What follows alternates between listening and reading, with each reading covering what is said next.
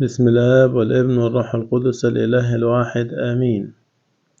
أحبائنا متابعي قناتنا سيرة قديسين وشهداء وآباء، السلام لكم جميعا. تعالوا معنا اليوم لنتعرف عن قصة طرحة السيدة العذراء مريم التي كانت ترتديها وقت ولادتها للرب يسوع المسيح.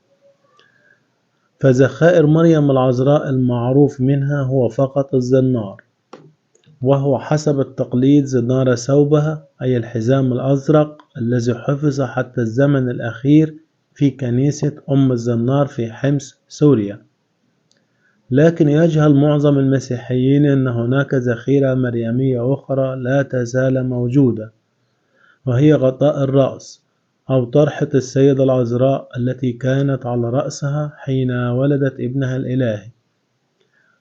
يقول التقليد أن القميص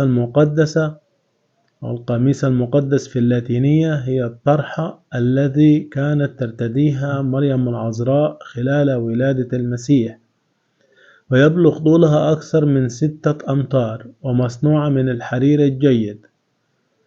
وبعد انتقال السيدة العذراء مريم إلى السماء، انتقلت الطرحة من القدس إلى القسطنطينية، حيث قدمتها الإمبراطورية البيزنطية إيرين إلى الإمبراطور الروماني شارلمان في عام 876 ميلادية، فأهداها حفيده تشارلز الأصلع إلى كاتدرائية تشارتر في فرنسا، حيث بقي لأكثر من 1100 سنة.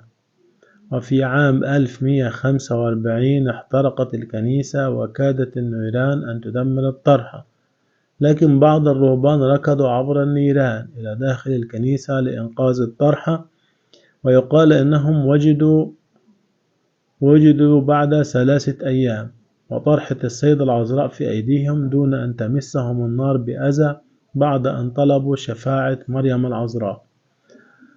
واعتبرت هذه الظاهرة معجزة، وبنيت كاتدرائية أعظم مكان الكنيسة التي أصبحت رمادا.